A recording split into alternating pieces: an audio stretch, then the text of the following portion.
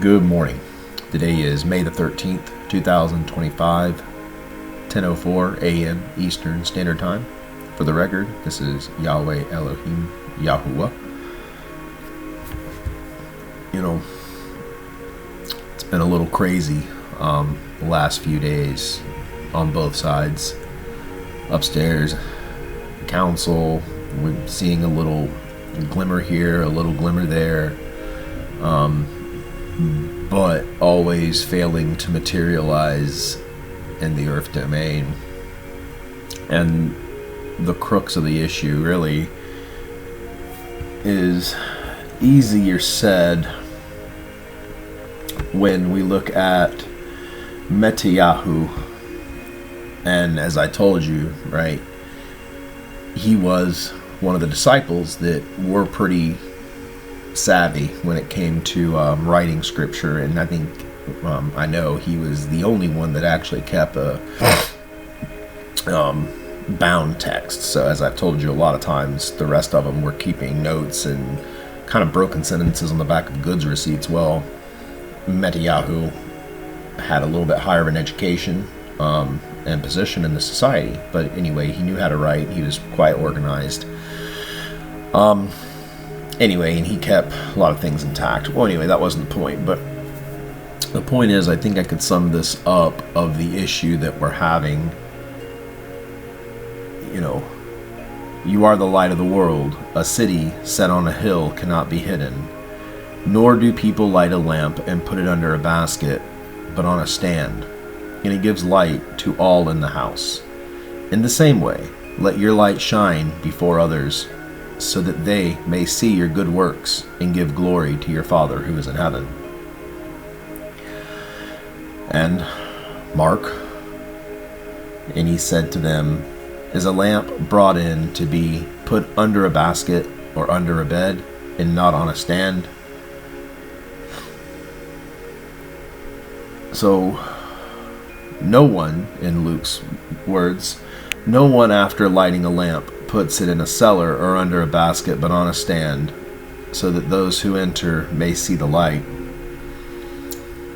And I say, go into all the world and proclaim the gospel to all creation.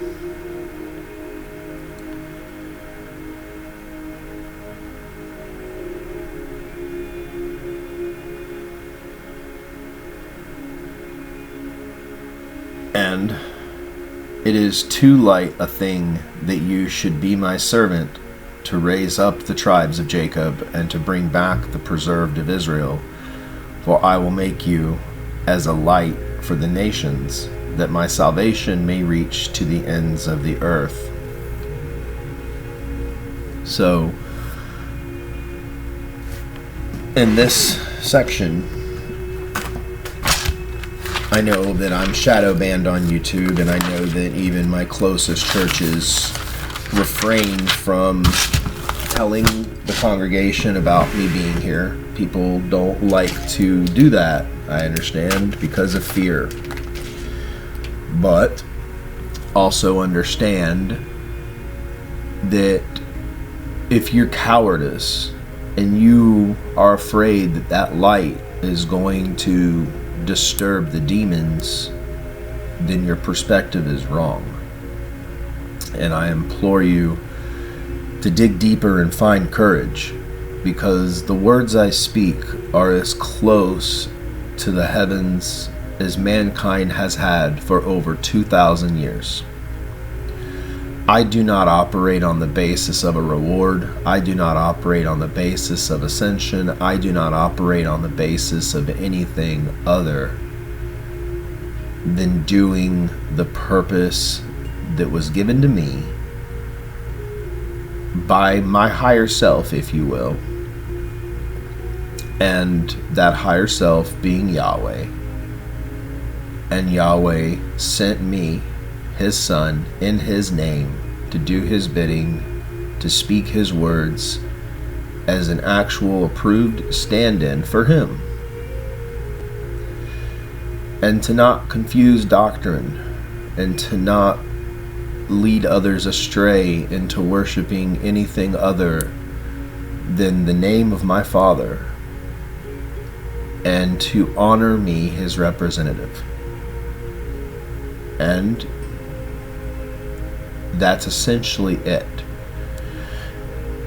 So when I make videos and they're harsh and they're scary, and the people that watch it, my small remnant churches, you may think that you're doing yourself a service by putting my words, my face, my existence here under the bed. You're putting me, the lamp, under a bed. You're putting me, the city on a hill. But you're not putting me on the hill, and you're not taking the lamp, and you're not doing anything with the light that's given. Some of you are squandering that light because out of fear, you don't want people to judge you or to criticize you. You do not want to risk your paycheck, because if people start walking out of the church, then what are you going to do? Well, I implore you to be fearless, because I have been faced with the same and many, many more challenges on the earth plane. I have myself lost income, all of it. I have lost my places of residency. I have lost my own family. I have lost my real son, Jacob, and my real sons, the tribe of Jacob. So things that are done in the micro are also reflective in the macro. Without my Father Yahweh in me, I am nothing. And to be the only voice in the world speaking as plainly but sometimes harshly as I do, I understand that human nature is to hide that, and that scholars want to hide that and then dress it up and doll it up and then try to give it to their congregations, but in a limited fashion. And see, you don't have a heart for my Father Yahweh, who is in me. And not that the Holy Spirit touched me and I'm talking in tongues and rolling on the floor. No. I mean that since I was born as an Elohim, as Yahweh. And I've wrestled and struggled with how to handle that in this domain and in this time. And it isn't like I have anyone to talk to. I don't have anyone to have reference points. I can only speak on things that I witness in heaven, things that I counsel about, and then I try to bring those messages here. And then I try to, follow up with my churches in the flesh, right? Because I want to see who I can tap to walk side by side with me when I do enter into the gates of Jerusalem. And that is a heartbreak for me. That there's nobody, because the beast, the people that work at YouTube or Google, they've kept me, they put my fire out and put my lamp out a long time ago. And if it is still accessible by the public, I assume it is, by the 2 to less than 10 people on average watch these videos. And if it is truly wanted to know about things of heaven, to know about the Almighty, the All-Powerful, the Eternal Elohim, which is in me. And again, likewise, when I go upstairs, I'm rejoined with my full self, and any and all the human issues dissolve. But then coming back down, they remain. So, really ask yourself, what do you want? Because if you want to be in a remnant church and you genuinely want to, work for the glory of heaven and to be a set apart person on this earth and to be fearless, then you're doing the work. You're doing the work. And people like to say when Yeshua returns or when Jesus returns or in all these things, and I've mentioned this before. How did he come the first time? I came virtually the same way. And knowing the things that I know of the past is essentially because, maybe to make an understanding even clearer, I always knew who I was and I always knew I had a job to do. And then when I came around to accepting my job and made my commitments to heaven, I knew it was going to be hard, but the only reason it was worth it was for the people, because the people of earth deserve a better system than billionaires running the world, than the poor get kicked, the middle class foot the bill for everything, the rich live in laps of luxury, while the poor and the indigent die and perish. And it's not the way it was ever intended, and it's not the truth of the way things are. And humans, over 1,000 years ago, talking about the Holy Roman Empire, when they had the true name, they knew that the people speaking that true name had to be pure and holy, and they had to actually walk the line, right? So they couldn't be child molesters and then still get up in front of people on Sunday and do a mass service, because invoking the true name, Yahweh, my name, even Yahuwah, right, or Yahushua, Yeshua, Yehoshua, you get the point. Invoking that name was done, or let me rephrase, removing my name was done because religious people would essentially be calling down retribution and judgment upon themselves. And when the Holy Roman Empire, Pope Leo, back then, see, that's another thing, right? It's all in a circle. So Pope Leo crowned Charlemagne, Pope Leo crowned Charlemagne, and then you got Francis in the mix. Basically at 800 AD, right, the Holy Roman Empire truly took off, and then instead of the original church that Peter started, that lasted for a few hundred years, got wrapped up and sucked up by the Holy Roman Empire, and then they adopted it as theirs. Well, when the Holy Roman Empire went to go on crusades to convert everyone to their brand of religion, because that was their method of control. If you can control the simpletons with religion, then you will have all the power and authority. And if the people of earth can witness a human man who claims that they are a divine sent by God, then you're going to have the villagers, the peasants, and even the royal courts acknowledge that.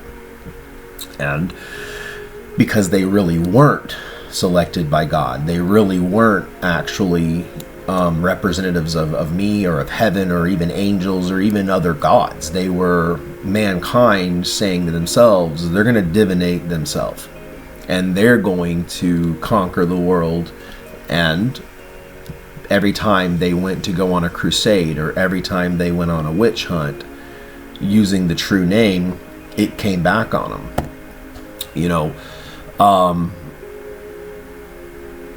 There was a gentleman back in, let me see. Try to look it up real quick because I have it on top of my tongue, but I want to make sure I'm accurate in his name. One second here.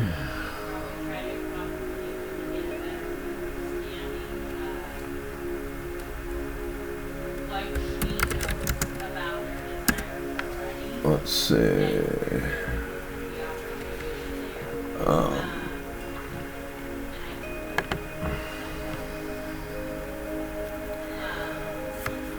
What was his name? What was it?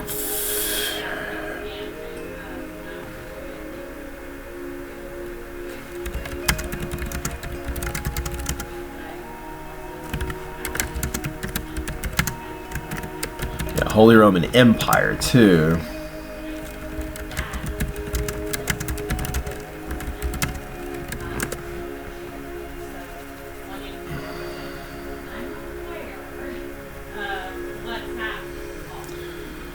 Well, I want to say his name was like Fade or Blade, Catade, something. Anyway, to make a long story short, so remember the name was changed during the Dark Ages, essentially. So at the same time you had the bubonic plague, right, which are massive plagues being sent by the heavens to tell the world and to tell the Holy Roman Empire they need to stop, put down their arms, stop trying to take over the world, right? Well, then they said, well, poo on that. We're just going to remove that name and continue on like nothing ever happened. And of course, with humans in time, right, for that generation, that when that happened, you know, there was some infighting and this and that and the other, but the Roman Catholic Church, the Holy Roman Empire, continued to push the narrative. And so as the narrative has continued to be pushed, people adopt the new way, is what I'm saying. And there's a lot of lives that were lost in that alone. But when the empire went on literal witch hunts, so the same thing, what they were really doing is they were trying to associate like pagans and spiritualists and essentially mysticism. They tried to tie that up with demons. Let's see if I can find his name.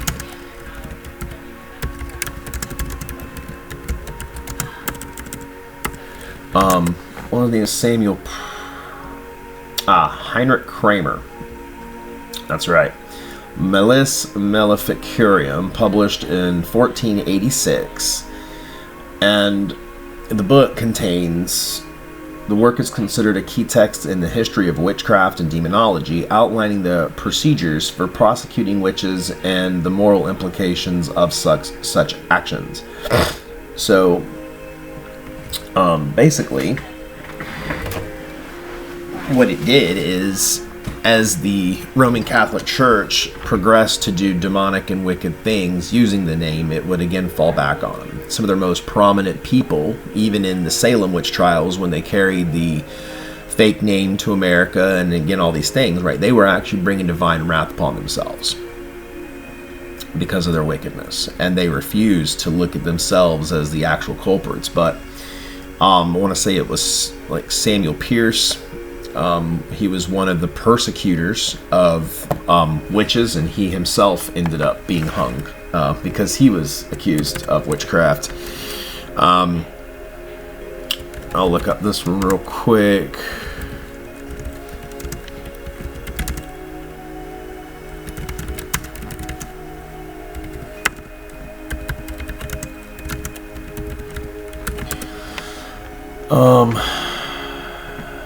Giles Corey. Yeah. I'm not a big, like, I don't ever, like, plan really what I'm going to do except for very kind of broad strokes. Yeah, there's a ton of them.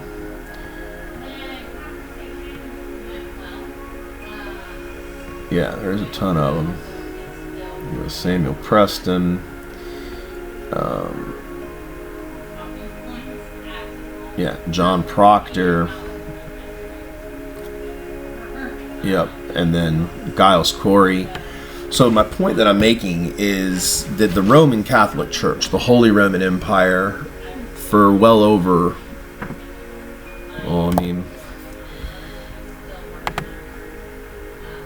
because essentially the 800 years after Yeshua's sacrifice, the Holy Roman Empire essentially pirated over that religion. So 2025 minus roughly 800 years, so around 1225 actually. That's how long the Holy Roman Empire has been in play, right? So this is what I refer to as the beast, because its ambitions and its will is not my will. It's not the will of angels or any divine member of at least the heavenly family that I know, or Asherah knows, or even Cameron knows.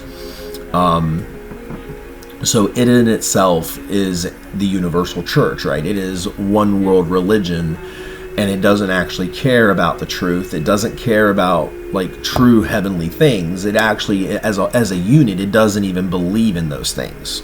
And I am confirmation that those things do exist, because that's where I come from.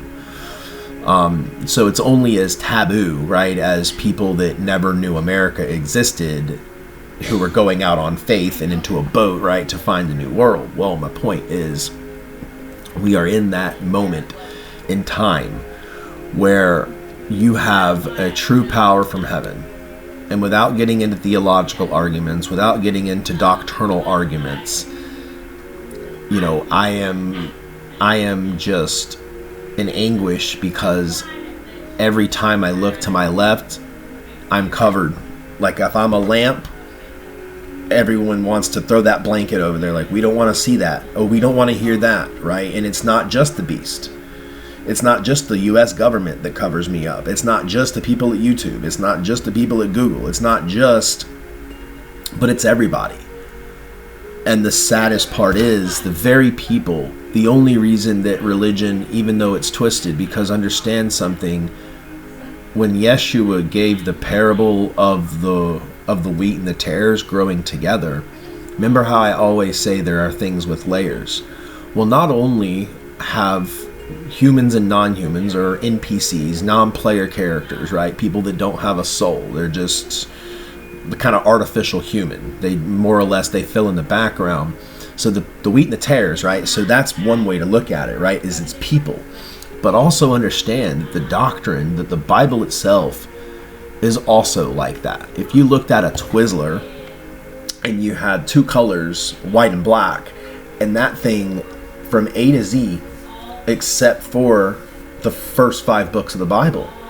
The first 5 books of the Bible is a strong root. It is a tree in itself. And then after that, that Twizzler begins, and the black and white spiral begins to happen, where there are people that are supposedly writing biblical preface, or they're writing doctrine and all these things, and it's not an actual legitimate account, or it's not a legitimate say-so from the heavenly realms. No, it's man stuff. And so you really don't have the ability to discern those things until the Holy Spirit, right, which is me, right, Lord of hosts, angel of Yahweh, Yahweh himself. So if you look at it, right, where that all-knowing, all-powerful God doesn't have a body, he's just everywhere at all times, and he's not just the God of earth, he's the God of everything. That God only uses one human being in a creation, right? And he only employs that one human being as himself, right? As the human part of God. Because understand that Elohim, right? Yahweh, Elohim, God, right? As you would call him. Not going into theological debates over names and titles right now. I'm trying to do this for simplicity, so please don't shake your head. The point I'm making is, if I had 1,000 gallons of gasoline, I can't fit 1,000 gallons of gasoline in my Cadillac. I can fit like 17 gallons. So if I have 17 gallons that I pumped from that 1,000-gallon tank. Is that enough? But the way humans view me is they say, well, it isn't the whole tanker, so you don't have gas. That's not true, because I am driving the tanker. I own the tanker, I own the gas, and I own the Cadillac. So my point is, I am truly the one sent from heaven, and I don't have a man's agenda. And I do not want my words or my face or my being here to continuously be put under a lamp, because people are, fearful. And I'll tell you what, I'll make a deal with you, 100%. If someone by the name of Jesus comes down from the clouds, and you want to go with him, you have my blessing. You truly do. You have my blessing. But much like in the parable of the gas, this is the human rationale to the situation. I own the tanker, I drive the tanker, but I can't take that tanker through town, right? It's not really feasible. It's say it's a small town, narrow roads, right? So I need my little Cadillac. So I'm gonna fill my Cadillac up and I need to go down there. I'm able to get around quicker. I can go to stores and do all this, and someone's like, bet you can't drive to China. That's impossible. But I'm saying, I don't have enough gas to drive to China, but if I go back to my tanker, I keep getting filled up, so I really do, in essence. That's how it is being me. Is, being a person, right? Being half God and half human, I have the struggles of a human being on purpose, because I've got to solve the issues. If I have that issue, that means that there's somebody else in the world that also has that issue. And then I can solve it in a spiritual way, and then I can begin to pass spiritual medicine to from person to person, from congregation to congregation. But if the congregation gets so wrapped up in honestly fear-based, fear is why the Israelites died in the desert.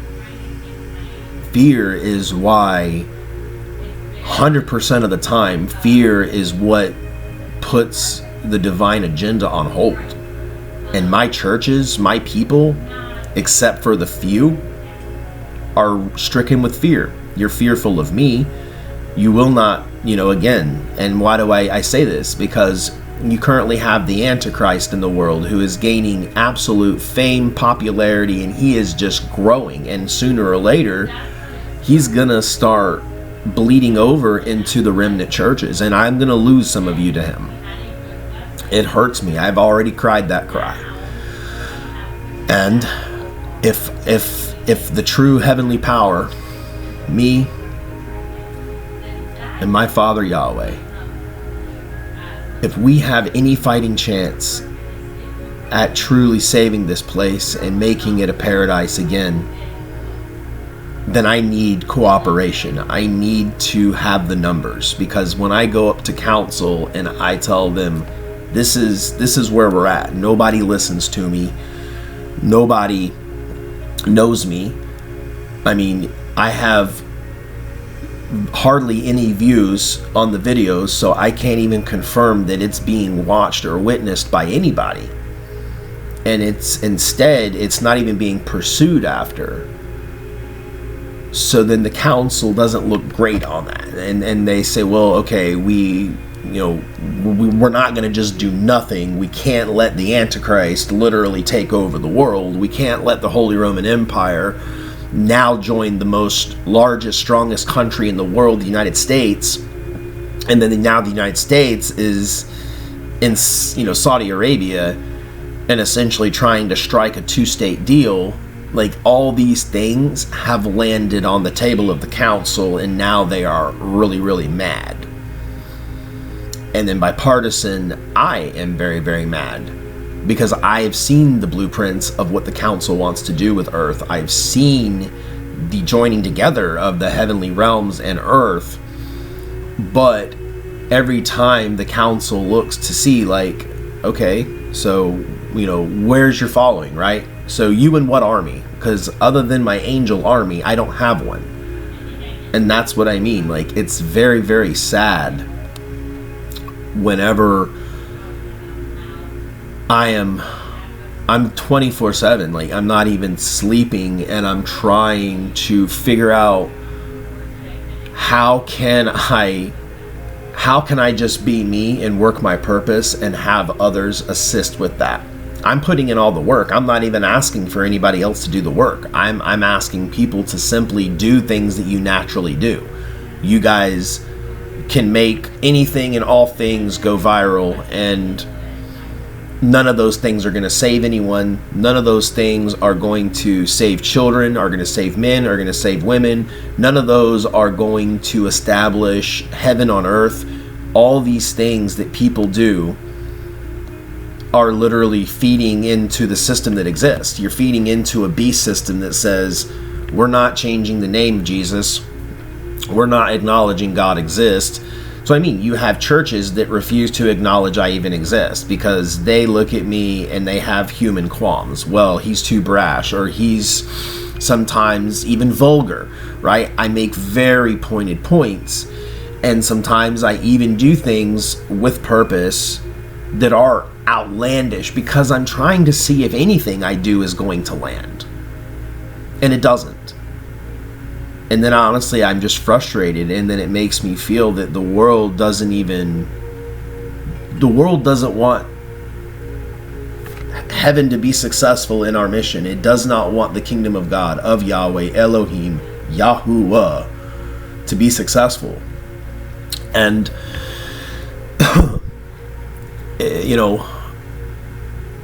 it's baffling to me.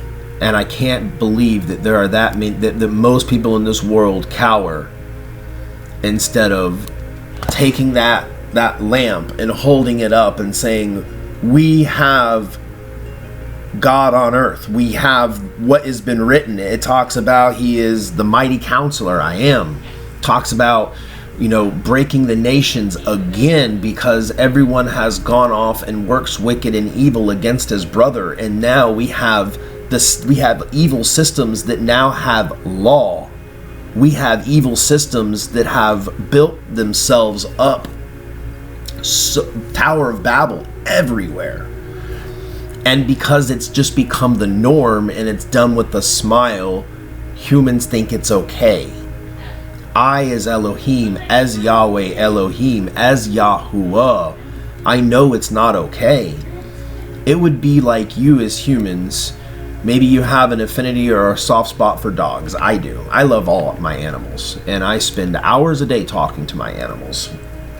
Speaking of animals, I think my dogs are in the other room. But what I was going to say is, if you have an affinity for an animal, and you went to a random house, right, and they had a bunch of dogs, and you knew instantly they were mistreated, right? They had mange.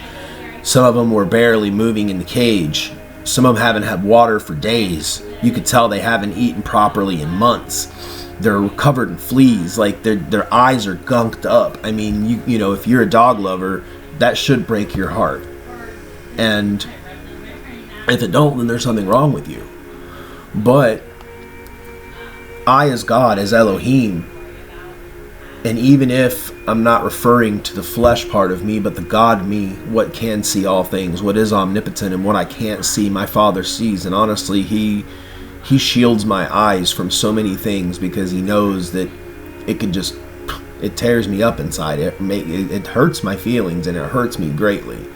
So He does protect me in a lot of ways, and I'm very grateful for that. But it's like seeing all those dogs, and the thing is, my churches behave where they walk in and they don't even let their face show it bothers them. They can keep a straight face and keep that conversation because it's President Trump, or because it's Pope Leo, or Pope Francis, or it's Kamala Harris, or it's any person that has a false sense of authority, ownership, position, money, power, or influence. Any person with that title, has two options. They can repel the sickness. They can keep the dogs locked in those cages. And they know that because of who they are, no one's ever going to tell them to their face that they're mistreating their dogs. Because out of fear of retribution. What if that person did this? Or what if that person says this? Or what if people look at me that way? You're going to have to, if you want to truly work for the kingdom of heaven, then you have to understand you're going to be persecuted. I am day and night. I have to literally listen to my Jewish family talk about all the qualities in Mashiach, and they're literally reading about me to a T. But they won't even spend 5 minutes investing their time with me to even come to that realization.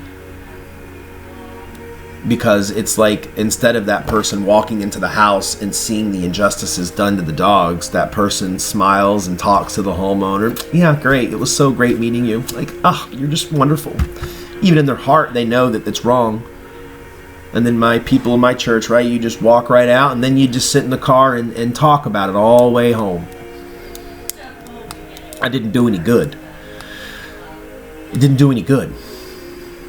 So if you're watching my messages and we're not talking to other congregations, if you're not showing them the video, if you're not sharing the links, if you're not explaining the things that I've taught you, if you're not connecting things in the Bible that I've told you that are true versus some things in the Bible that are not true, right? You're not using discernment.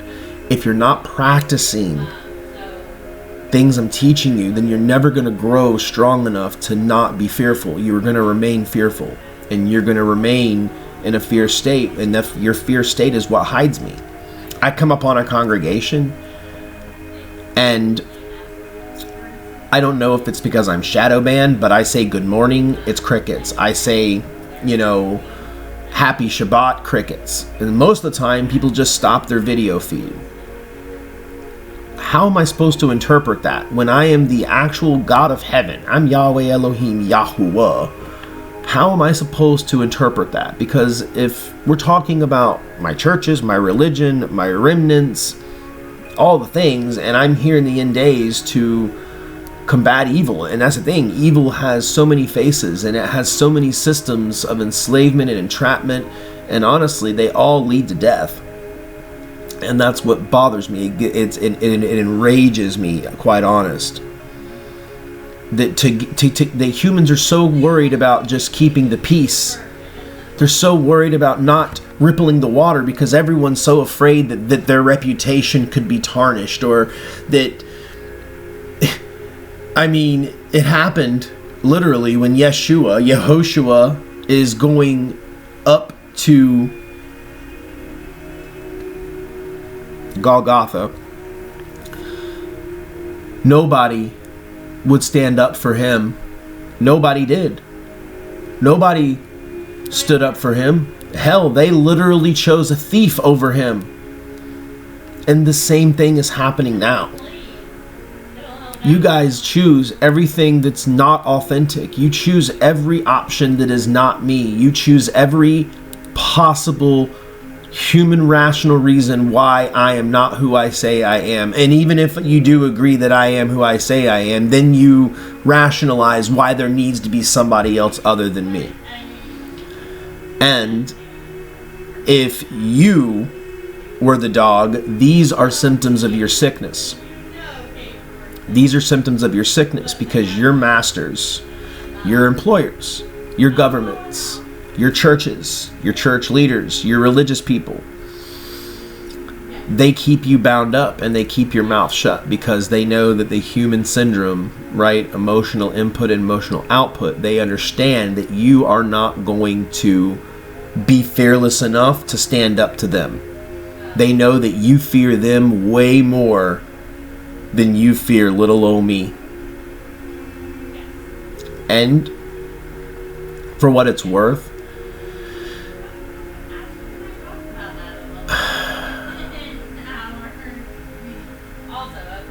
I honestly don't even know. I can say in one good aspect, I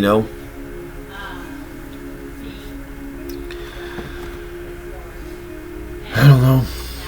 I really don't.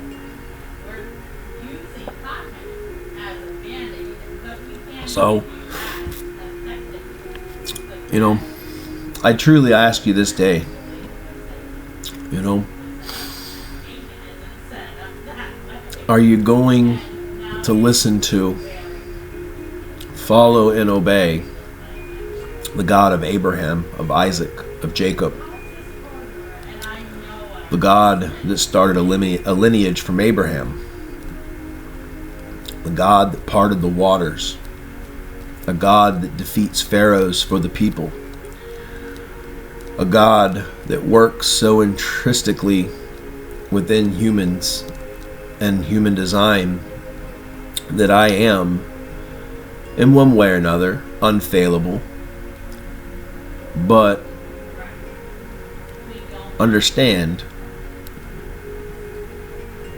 when I say I'm unfailable, it's in the fact that all I can do for the dogs that are chained up in that room is I can break them out. I can unlock those cages. I can break them out. I can put that lamp on top of the hill. I can do my part. I'm saying from your perspective how you should feel, right? You should be able to do the parts that you're charged with. And you know, Ashera absolutely hates YouTube. She thinks it's a big waste of time, and she thinks that it's all a false version. It's all false because, you know, to her point, she says that we have a lot better of reactions and time with people in person. And you know, that's what I mean. Like any of the even remnant churches, right? Like it's so, you guys are really scared to put me out there, and I understand, right? Because you're like, well, maybe I'm ugly, right? Or maybe you're afraid of what I'm gonna say, or maybe you're even afraid of being judged or anything like that. I can tell you something, you know, I do have endless mercy and endless patience when it comes to somebody who is they're trying. It's when people think that they know something and then they staunchly stand against me, and it's like, I don't want to have to go down that road, right? It's like that teenager. I'm like, hey, you know, clean your room.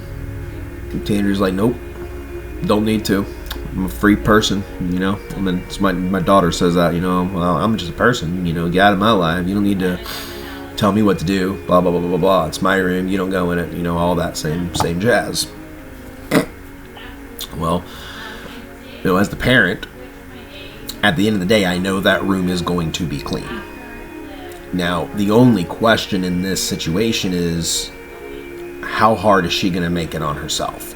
Right? Do I gotta take away the cell phone? Do I gotta make sure we're not going to hang out with friends? Are we not going to be staying after school for clubs? Like, I can start taking away those things in order to force her to clean her room. And if she continues, right, then she'll be grounded. And then she just further hurts herself. And this is how I feel with my churches. You can either get with the program. Through your understanding, you'll know about the names, so I'm not going into that. But a pious person for Elohim, Yahweh, me, Yahuwah, that person would start making monumental changes. And not hiding the truth under a lamp, and not hiding me from the very people that I need to help. When I come upon congregations on YouTube, unless I'm shadow banned, and maybe I am, I don't know, but I know that when I put a comment in there, Shabbat Shalom or anything, I would like a response. I would like an acknowledgement. Thank you, Father, for visiting. Thank you, whatever. You know, thanks, Joshua, for showing up. Hey, congregation, the guy that we've been reading about in the Old Testament, the New Testament, the Godhead, the Father, the Son, the Holy Spirit, all these players, we actually have that player here with us today on our live stream. Nothing would make me happier. Nothing would make me happier than an acknowledgement, because when you make an acknowledgement, guess what? I start to feel this warm feeling in my chest. And you know what that is? That's Yahweh starting to smile. And then I start to feel really, really happy and really, really good. And then it's like a bubbling spring, and I can't wait to give it out. And then it's almost like my powers are activated, and I'm like, you have a hurt back, let's heal you. You have a child that's on death's doorbed, that ain't happening no more. Your house is going into foreclosure, not today. And I can go on forever. But I am perpetually and only controlled by one God, and that God, his name is Yahweh Elohim. And he lives in me, in here, constantly, full time. As me being him, he is me. I am only permissible to dispense the gifts, the healings, all the things to those that he sees worthy. And I know that because of the feeling. If I am almost hesitant to even physically watch a service because I'm afraid that someone is going to, for lack of a better terms, piss him off, then I don't. Then I get mad, and I'm like, you guys, I am one prayer away from solving your problems. I am one person away from beginning to change the entire world. But it's like, you guys are so hell-bent, and that's what I mean, right? So the devil goes, well, okay, Josh, you've gotten this far. Yahweh, you've gotten this far. Now we're going to just put tons of seeds of doubts in these people's minds. It's like at every bit of progress I make, I'm being cut off at the pass. And my people are the most malleable. It literally historically has been this way, that my people are the most malleable. And you know what? The Mahdi, I'm seeing this coming up in my churches now. People are following this Mahdi guy. Guys, he's literally the Antichrist to a T. And I mean, that was done to literally just chalk that one up, because nobody wanted Trump to be the Antichrist, but there are many. And to be honest, he's anti-Messiah, and he thinks he is something special. And he's only special to me when he's working my will. If he doesn't work my will, like hanging out right now in the Saudis, that's not working my will. He's right back on the side of Antichrist. People can choose the location that they want to be in, right? If you're for me, who am I? Right? If you want to break it down, I'm the first and only flesh of Yahweh. I'm the son of the Most High God, the El Elyon. And when Yahweh and me are together on earth doing our thing, we're Joshua, right? And then my new name, right? That's what I mean. But you guys have had doctrine so screwed up already, I can't even celebrate my new name, right? Beginning and the end, the Alpha, the Omega, Yahuwah, the original name of Yahweh, Yahuwah. That's what I mean. Like that, I think is a beautiful thing. But I literally can't get anybody to digest truth. Like, I'm going to take 5. Okay, I'm back. We'll try to finish this up. I was just talking to Asher about this. Because honestly, most of the time, I really do. I feel like I'm more of like a barometer or a thermometer, because I have Yahweh's heart in me.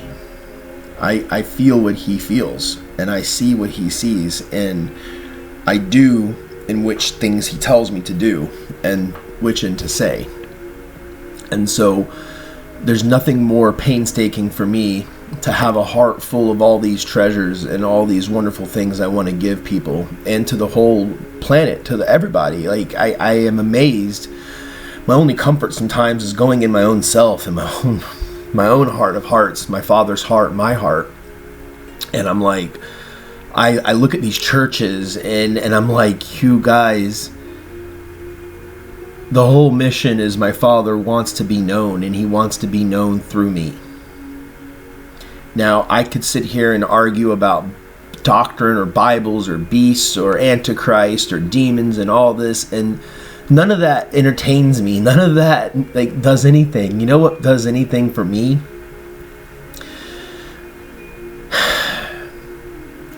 Is when I have an opportunity and I look at every situation as an opportunity to progress my Father's kingdom. And when I come upon a church and I'm just listening like a thermometer, and I'm like, all right, Father, what are you feeling?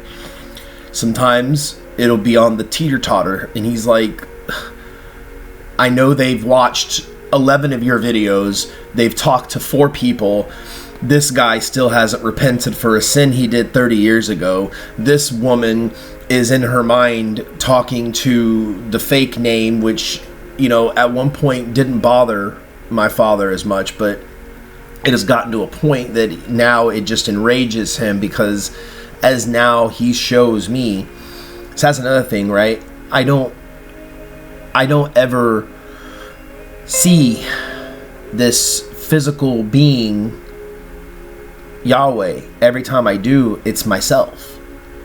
And anytime I need help or I need this, it only comes through upstairs, and it's already in me. So it's like having an innate ability, like to know what to say, to know what to do all these things on his behalf as him. And in the realms and in the council, when we look back on time, that's how it has always been. And that is what sets me apart in the Godship upstairs in heaven, is even though I am me, right? I'm still me. I am at my core, my prime self, right, is Yahweh. But Yahweh outside of Yahweh, right? That's just me with a name, really. Because if I go up at a realm higher than heaven, let's say, he still exists. He exists everywhere, all the time. But I'm only that tank of gas from the main fuel source. But I am that fuel source. And that's where I don't want people to get confused. Because, frankly, it's only confusing on earth. And it's only confusing when I come across churches that are not doing the right things, or they're not listening to me, and they keep reverting back to their laurels, or they keep having conversations with men, human beings, about doctrine, and Paul and John and Mark and Luke and Isaiah and Ezekiel. And it's like, knowing the word has grown like the wheat and the tares. The word, the biblical word, has been defiled because of men, right? I was just talking to Asher about this just a few minutes ago, and I was shown last night when I went upstairs, and I was like having a bit of a rage fit at council, because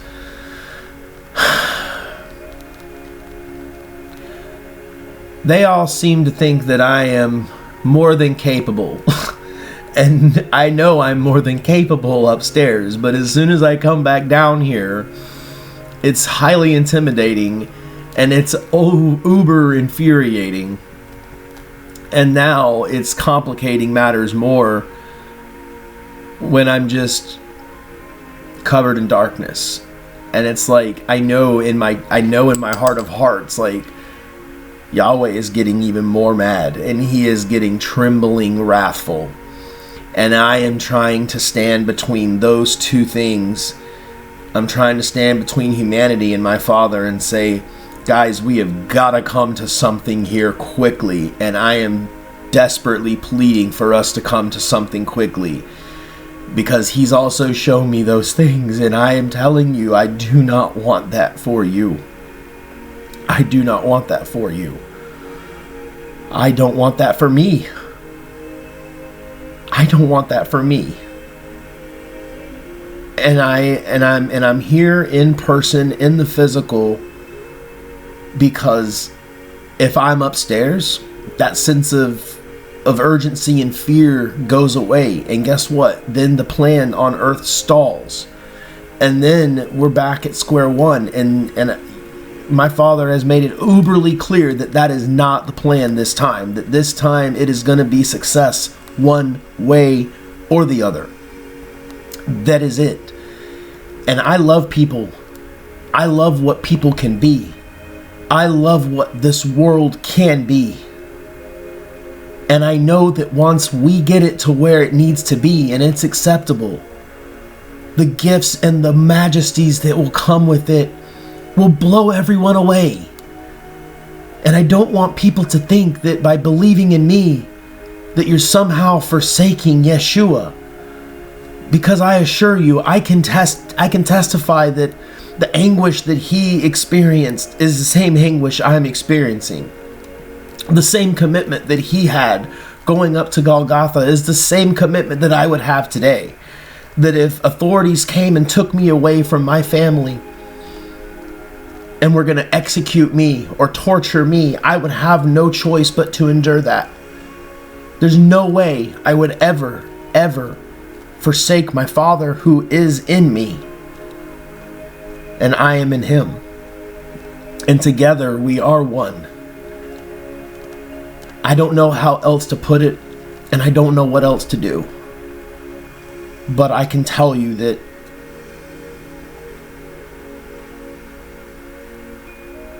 that by coming near me, you're coming near him. And by coming near him, you are truly operating with the supreme God of creation, not an alien, not a fictitious thing, not an imaginative thing.